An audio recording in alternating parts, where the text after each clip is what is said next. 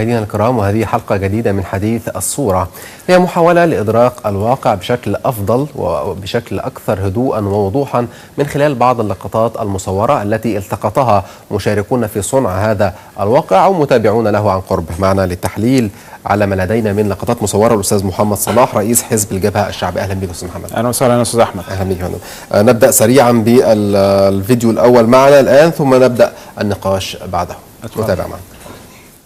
طب اقعد في السماح، اقعد في السماح. انت تقول هذا في تصويت يا استاذ، في تصويت هيحصل على هذا. اقعد بس اقعد. انت بتنتزع الكلمه من الدور اللي فات. اذا لم تكف عن انتزاع الكلمه ساجعل امرك للجمعيه. انا مش قاعد هنا عشان تنتزع الكلمه ابدا. يا تنتخب الرئيس ثاني. اذا سمحت ما تتكلمش. قلتها 4 مرات الجملة دي بتكررها ليه مش عارف. سمعناها والزملاء كلهم سمعوها. ده رأيك. لا حول ولا قوة. يا سيدي لو سمحت خلاص. يا سيدي انت هتفرض رأيك ولا هتلتزم برأي الجمعية؟ ده احنا لسه قدامنا عمل كتير.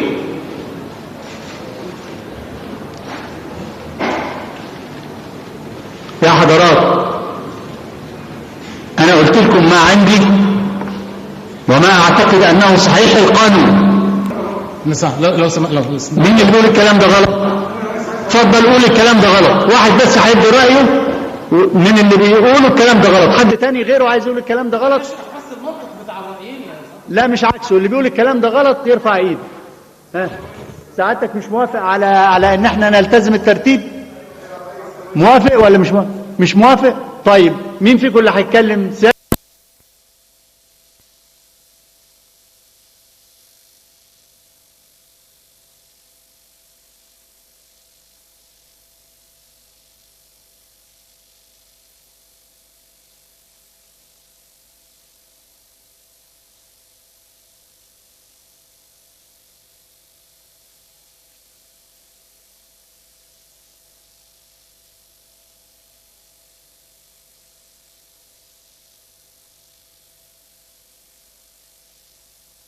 نمرة 1، النصوص الحاكمة لمسألة الجمعية واختيارها هي نص المادة 60 في الإعلان الدستوري بتاع 30 مارس.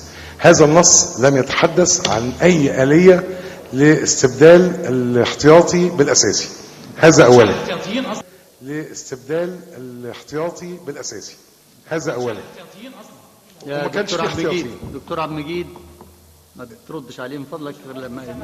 معلش ما احنا كلنا لو قعدنا نوضح مش هنسمع بعض. ثانيا يا سعاده الرئيس، هتاخد الكلمه يا دكتور عبد المجيد، ما تنتزعهاش. ما انا مش فاهم النهارده ايه الحكايه. سعاده الرئيس، احنا بس بنستسمح حضرتك في سعه صدرك. النص اللي موجود ما اتكلمش على الاحتياطيين. سعه صدري عبرت عنها 50 سنه يا فندم. انا عايز اقول جمله من غير ما حضرتك تعلق عليا. انا مش عارف ايه الجمله اللي ممكن تكون مناسبه. خلاص ما تقولش جمل عشان مثيره. ما تعلقش عليا. ما تقولش جمل مثيره. اتفضل. طيب خلاص انا متنازل. الجماعه بتوع الاعلام خدوا الكلمتين اللي لهم الاعلام، خدوا الكلمتين اللي وعملوه بعركه. هو انا اتعاركنا سوا ولا حاجه؟ اللي انا مش فاكر. لا ما كانش بينا عراك مش كده؟ احنا لا ما نقدرش نتعارك خالص، لان انت حضرتك استاذ. احنا الاثنين رجال قانون وبنتداول. انا عاوز من حضرتك بس حاجه، اسمح لي اخد سيادتك برضو. طيب اتفضل. ان احنا بنتكلم هنا كجمعيه والعمل ده عمل وطني، لسنا في محكمه ولسنا في اي مكان اخر. يعني اقصد ان احنا نتداول. ما دام سيادتك بتقول نتداول يبقى نتداول. لان لما حضرتك مثلا اجي اتكلم وتقول لي اقعد، لا انا مش في، يعني برضه عايزين ناخد وندي، لان ده عمل وطني وبالتالي لابد يبقى الاصل فيه التوافق. استاذ محمد، اللقطات اللي شاهدناها الان هي الجلسه الثالثه للجنه المئة التي اعدت دستور 2012، وواضح من الكلمه ان هناك مشاده كلاميه حدثت بين المستشار حسام الغرياني واحد الاعضاء بسبب ترتيب أولوية الحديث في هذه الجلسة، ثم سجال آخر بين المستشار حسام الغرياني والدكتور أيمن نور. طيب هل هذه اللجنة، لجنة المئة التي أنجزت دستور 2012، هل خرج هذا الدستور بشكل توافقي يسع أو يلبي تطلعات المصريين؟ لو خرج هذا الدستور بشكل توافقي ما كنا وصلنا للمرحلة السيئة اللي كلنا شاهدناها. وصلنا إلى ثورة تقوم 30/6 ويعني كل الأحداث السيئة اللي احنا شفناها. هو التوافق، ما فيش توافق أكيد طبعا في دستور الجماعة، الدستور اللي هو متفصل لفصيل لوحده لكي هو يستحوذ على كل شيء في الدولة ويهمش المواطن البسيط الفقير أكثر فأكثر. إذا أردنا أن نكون أكثر تحديدا، يعني نقاط الخلاف أو نقاط الاعتراض على دستور 2012، إذا أردنا أن ننجزها في بعض النقاط الواضحة. أولا الأعضاء غير قادرين على صياغة المواد القانونية تماما. الأعضاء لا يمثلوا كل أطياف المجتمع المصري. كلنا شفنا يعني حتة الشلالية اللي في مصر، يعني كل اللي كانوا في أعضاء جمعية دستور الإخوان السابق الذي لم يعبر عن إرادة الشعب ولم يعبر عن إرادة الفقراء من مصر. نعم. اللي أدى بينا اللي احنا فيه في هذه اللحظة. ده كل الكلام ده ناتج من فشل هذه اللجنة، فهي لجنة فاشلة بكل المقاييس ولم تعبر ولم ترضي إرادة الشعب المصري. طب نترك اللجنة التي أعدت دستور 2012 وننتقل إلى لجنة ال50 القائمة الآن. يعني إذا أردنا أن نخرج بدستور توافقي جديد، ما أهم أو أبرز النقاط التي يمكن أن تبدأ لجنة ال50 بالتركيز عليها؟ لجنة ال50 هي المطلوب منها أن هي تلبي طلبات الجماهير الذين نزلوا في ثورة 30 يونيو، الإرادة الشعبية. يعني احنا عايزين دستور العيش، الحرية، العدالة الاجتماعية، القضاء على الفقر، تمثيل جميع الأطياف وطوائف المجتمع المصري، تمثيل الشباب، تمثيل حل مشاكل. التمثيل في ماذا؟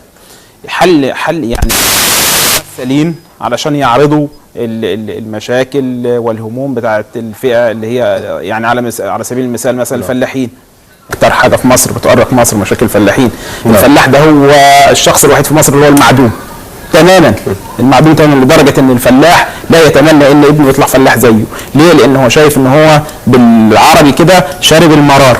الاسمده غاليه، بنك التنميه والائتمان الزراعي، القروض يحبسوا، يعني التكلفه، كل مشاكل الفلاح. طب لجنه ال50 بتشكيلها الحالي هل هو معبر عن فئات المجتمع؟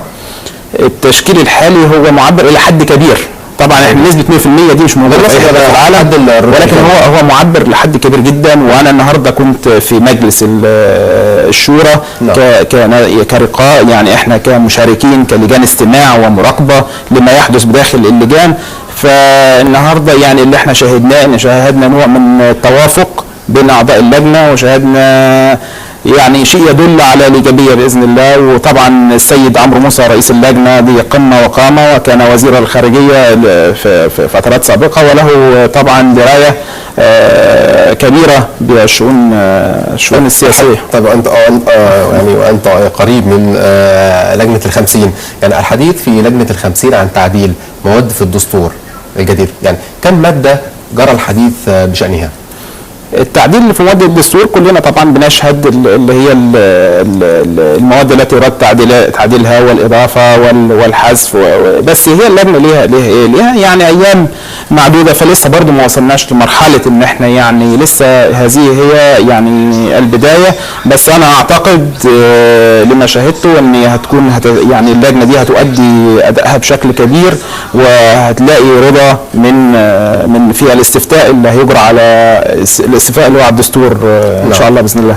يعني حتى الان ما تم اتخاذه في لجنه ال50 هي بعض الاجراءات كي تنضبط او ينضبط عمل اللجنه في هي تقسيم اللجان والمهام واختيار المقررين. فاحنا لسه يعني ما حدش توصل في لجنه ال50 ان هو لسه يعني ما بدأناش سخونه النقاش والتعديلات وكل ما شابه. لجنه ال50 تدخل عملها ولديها مقترحات مقدمه من جهات عده لتعديل مواد بعينها في الدستور. مثلا اذا اردنا ان ناخذ الماده المتعلقه بنسبه ال50% عمال وفلاحين في البرلمان، هل هذه الماده تم يعني هل هناك قبول؟ هل هناك اعتراض؟ هل هناك قبول لكن بشروط؟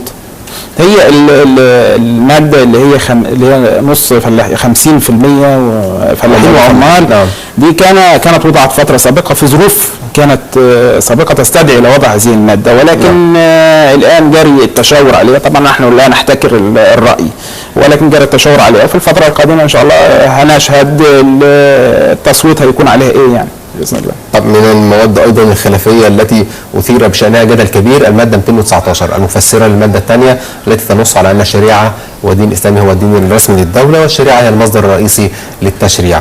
ماذا عن الماده 219؟ ما هي مصر دولة إسلامية، يعني احنا كل يعني اللي أدى بينا لهذا الأمر إن طيارات الظلام السياسي تقول لك إسلامية. طب ما احنا إسلامية ومصر دولة إسلامية ولغتها اللغة العربية ونحن مسلمون أكثر من الذين يقولوا أننا إسلاميون.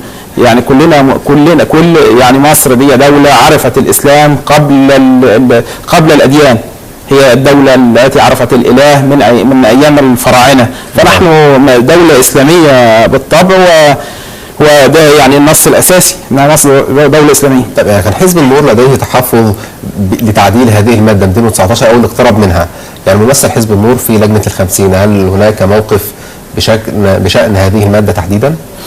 والله حزب النور وموقف حزب النور يعني أنا لا أعلق عليه كثيرا، فهم يروا ما يرون، ولكن طبعا كفى في هذا الوقت. يعني التيارات التي تدعي على نفسها التيارات الإسلامية هي تيارات اليمين المتطرف. كلنا رأينا ماذا حدث من في الدستور السابق، وكل هذه الناس كان يعني حزب النور كان موجود في الدستور 2012.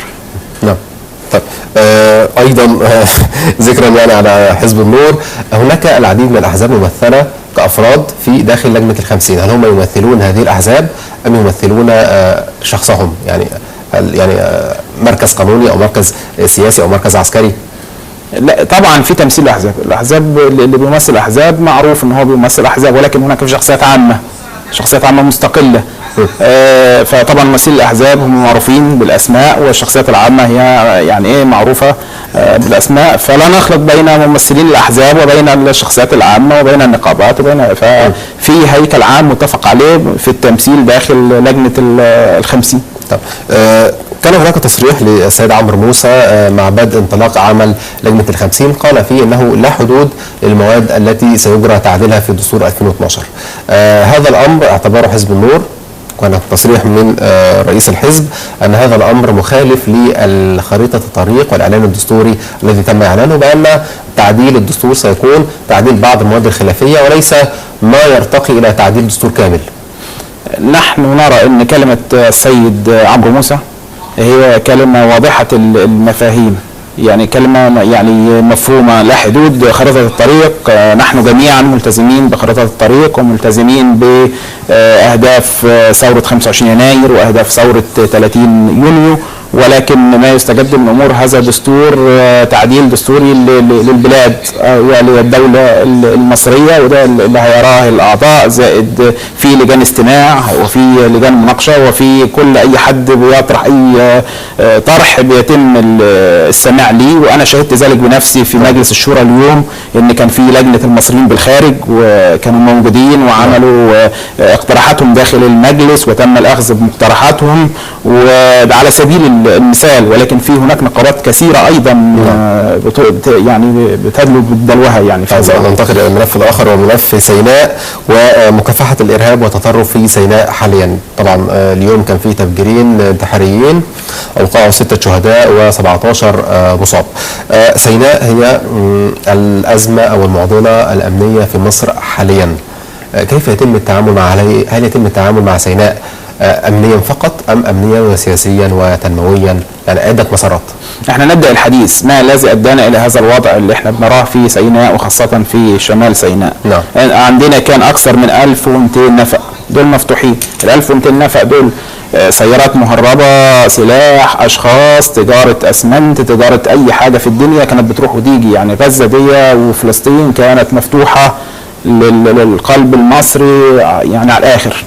تمام. فالكلام ده طبعا نحن نعلم ان المزيد من التيارات الارهابيه والتنظيمات والقاعده وحماس وكل ده عن طريق الانفاق وعن طريق النظام. طبعا النظام السابق الاخواني كان فاتح اذرعه طبعا لحماس. هو يعني لا شك اننا نفتح صدرنا جميعا للقضيه الفلسطينيه ونحتضن اشقائنا الفلسطينيين، ولكن ان يتم هذا في وضح النهار ويتم بشكل مشروع. ده هناك مسؤول كان في النظام السابق في داخل القصر الجمهوري، كان يعني خاله الظواهري اللي كانوا بتصب في ايديه كل الاوراق والمستندات وكل في داخل رئاسه الجمهوريه في عهد مرسي العياط. نعم. طيب ايضا نعود مره اخرى الى معالجه الملف السيناوي. القوات المسلحه والشرطه المصريه يقومان بدور كبير جدا في مكافحه التطرف في سيناء، لكن هل هذا يكفي ام ان الدوله لابد ان تتجه او تنتهج منهج جديد الى جانب النهج الامني؟ أنا أوجه التحية بشكل كامل إلى القوات المسلحة المصرية العظيمة الباسلة، وإلى الفريق أول عبد الفتاح السيسي وكل قادة الجيش المصري العظيم وجنوده لما بذلوه من جهد. يعني جهد أنا كنت قريب من هذا الجهد ويعني شايف اللي بيحصل، لأن اللي بيحصل في سيناء ده يعني حرب بالفعل، وحرب مع الإرهاب وحرب مع عدو مجهول ليس عدو ظاهر، ولكن الجيش المصري لما له من قدرة وبسالة وإصرار نحن نرى أنه هو قضى بشكل كبير على الإرهاب بنسبة كبيرة جدا في سيناء. والجماعات دي إن شاء الله بإذن الله هيكون يعني ملهاش مكان في سيناء، البقعة العزيزة على أرض مصر اللي ارتبط بدماء آلاف المصريين. في قضاء القوات المسلحة والقوات الأمنية المصرية ضد المجموعات المسلحة في سيناء لاحظنا ظهور أسلحة نوعية لدى هذه المجموعات المسلحة. من أين جاءت هذه الأسلحة؟ الأسلحة أتت من حدود مصر المفتوحة، لأن احنا عندنا بعد اللي حصل في ليبيا الأسلحة مخازن أسلحة القذافي أغلبها دخل طبعا لمصر. عندنا الأسلحة بتأتي من السودان الذي انقسم جنوب السودان والسودان. كيف تصل تأتي من الأسلحة من أقصى جنوب مصر غرب مصر إلى أقصى الشرق؟ يعني مرت بالعديد أو مساحة كبيرة جدا من أرض مصر ولم يتم ضبطها حتى الآن. يعني ضبطها كيف يعني؟ لا يعني أنا دايما يعني لي رؤية اني منذ ثورة 25 يناير الى هذه اللحظة انا اي قيادة امنية في وزارة الداخلية تعاملت معها، انا متعامل مع اغلبية القيادات الامنية على مستوى مصر، دي قيادات يعني مشرفة بامانة، لا انحياز ولا مجاملة ولا اي حاجة. ولكن الموضوع اكبر من كده، الموضوع اكبر ان في اجهزة مخابرات كتيرة جدا بتلعب في مصر، في فوضى، في بلطجة، في ظاهرة انفلات امني واخلاقي فاحنا مش عايزين نحمل يعني احنا نحمد الله ان الشرطة المصرية عادت مع جيش مصر العظيم للحفاظ على امن واستقرار وهيبة الدولة والمواطن. واللي احنا عايزينه دلوقتي ان يحصل نوع من انواع التنميه، ويحصل نوع من انواع الرخاء، ويحصل نوع من انواع حل المشاكل الرهيبه الماضيه. عطفا على هذا الكلام، يعني الحديث عن التنميه في سيناء، هل ترى ان التنميه في سيناء يمكن او يجب ان تنفذ من خلال راس الدوله او الدوله هي التي تتولى هذا الامر، ام لابد من مشاركه ابناء سيناء؟ الدوله ده شيء اساسي، يعني احنا عندما نتحدث عن التنمية، عندما نتحدث عن أي شيء فهناك دولة لها مؤسسات وهي القادرة على تنمية وإحنا نشارك طبعا دور أبناء سيناء. يعني أنا من هذا البرنامج ومن التلفزيون المصري أحيي جميع أبناء سيناء، وأبناء سيناء هم أكثر وطنية من أي حد. يعني أبناء وقبائل سيناء يعني وطنية، وإحنا دور أبناء سيناء وقبائل سيناء في حرب 73 مشهود ودورهم للدولة، وهم يشعرون ببعض الغضاضة من تعامل الدولة معهم. مثلا يعني هناك بعض القيود مثل عدم تملك الأراضي للسيناويين. يعني هل يمكن حل هذه المشكلات البسيطة التي يمكن أن يعني تزيد انتمائهم للبلد أو تساعد على دفع عجل التنمية في سيناء؟ هو المواطن السيناوي هو جزء من مصر، هو ابن مصر، فيجب إن كان هناك تقصير من الدولة في المراحل السابقة لما شهدناه من ظروف، يجب أن الآن الاهتمام بسيناء شمالا وجنوبا ووسطا، والاهتمام بكل المحافظات الحدودية، لأن الناس دي هي أول ناس بتدافع عن مصر وبتدافع عن الأمن القومي المصري، وده يستحق من مصر الكثير والكثير لما قدموه من تضحيات عظيمة. نعم يا سيناء، طبعا يعني أوفلت كثيرا طوال سنوات طويلة، وهي الآن يعني في صدارة الاهتمام المصري، ونرجو دائما أن تكون في صدارة اهتمام القيادة المصرية السياسية والأمنية والعسكرية. شكرا جزيلا لك أستاذ محمد صلاح رئيس حزب الجبهة الشعبي على هذا التحليل، والشكر لكم أيضا مشاهدينا الكرام على هذه المتابعة. غدا حلقة جديدة من حديث الصورة، إلى اللقاء.